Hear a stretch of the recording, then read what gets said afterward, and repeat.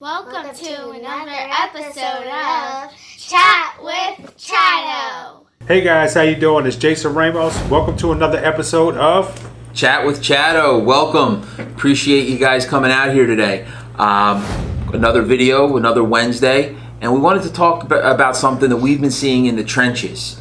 We've noticed some trends lately. What have you been seeing, Jay? So we've been seeing the market shifting. It looks like we're heading into a seller's market. So what's a seller's market, you ask, right? So when you start seeing the inventory depleting and you start seeing the demand go up and the prices start going up, you are now in a seller's market. So how does that impact us as wholesalers?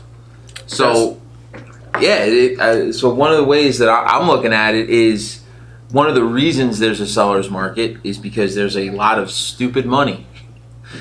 People coming in that are hot to invest in real estate, they're willing to pay too much, or they're coming from out of the state, out of the country, and willing to pay too much just because they want to get in the game. And that could actually, at points, put us at an advantage as a wholesaler. Right. So I want to tell you a little story of when I first started in real estate. This was back in 05, 06. I was about 24, 25. I was very young, and I too wanted to get into the game. So on the outsides, all I kept hearing is real estate's hot. Get in, get in, get in, everybody. So of course I wanted to be an investor. I had great credit, and I was approved for 2 mortgages. So I bought 2 properties, and I bought them at the height of the market. And I didn't know anything about it. I just jumped right in head first. Yes, I'm an investor now. I own the property. way overpaid. So a couple years later, the market tanked, and I'm stuck with these 2 properties that I can't do anything with. So I learned a very valuable lesson at the time.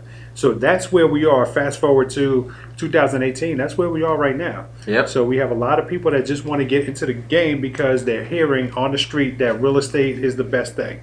We got courses popping up everywhere. Not going to mention any names, but all on the radio, all on the TV shows, you hear, learn how to be a wholesaler, you'll make $1 million. So people are running out to these courses, and now all of a sudden they're an investor and they're getting into the business. So a lot of what we see is when we're going to a property now, on any appointments, these people have multiple offers. You know, a lot of people are speaking to them. A lot of them are wholesalers.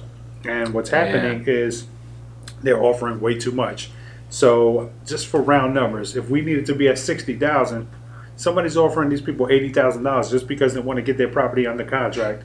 So when they can't close because they can't sell it to an end buyer, guess what happens? Now they planted that seed in the buyer's head that their property is worth around $80,000. So for us to come back and try to get it at 60 is not going to happen, or it's going to be very tough.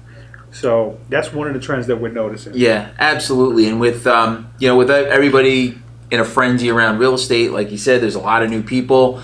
There's a lot of people offering more than they should on properties.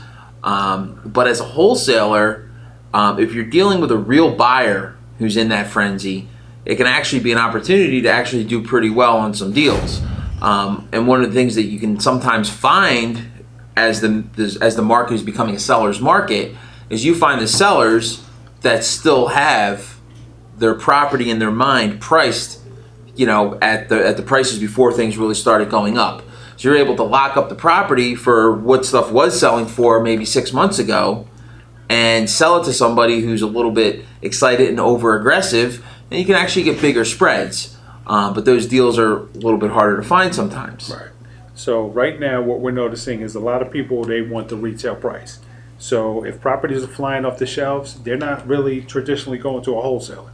They're going to go to a realtor. So one of the things that we recommend is build your team. And a member of your team should have a real estate license just in case, a cash offer doesn't work. Convert those. Don't just throw a lead away because you don't know how to handle it.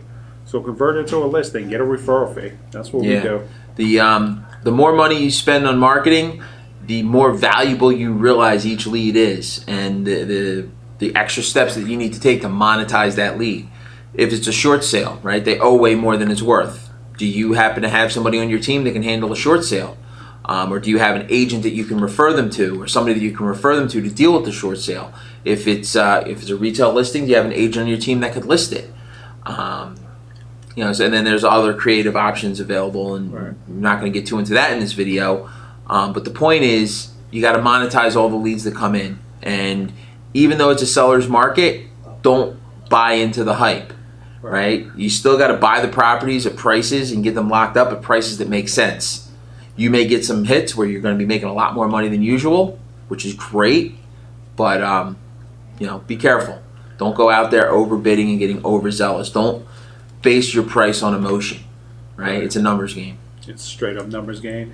Guys, and stay the course. That's the one thing. These things come and go. So you got to look at it like a roller coaster. Going up the hill, what's on the top? As soon as you hit the top of the hill, what happens? You go right down.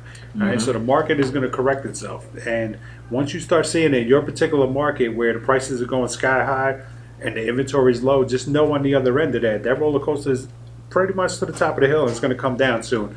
So when it does, that's when we eat again. That's when we're going to be very plentiful. A lot of the people that were brand new to the real estate business, they're going to lose their shirt. They're going to get discouraged and they're going to get out of the game.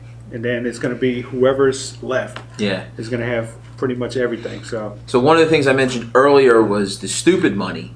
There's actually smart money out there too, which that smart money is just sitting there on the sidelines waiting for the market to drop.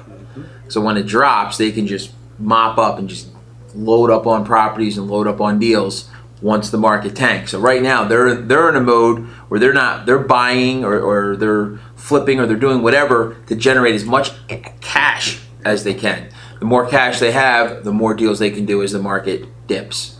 Cool. So that's pretty much it. Just be mindful of your market.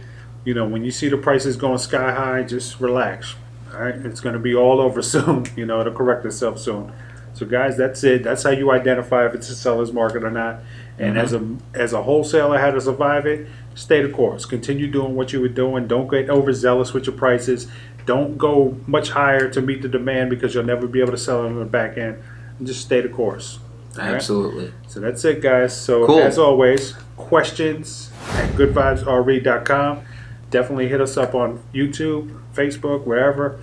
We'll see you guys next Wednesday. Thank you. Take care. And as always, good vibes always.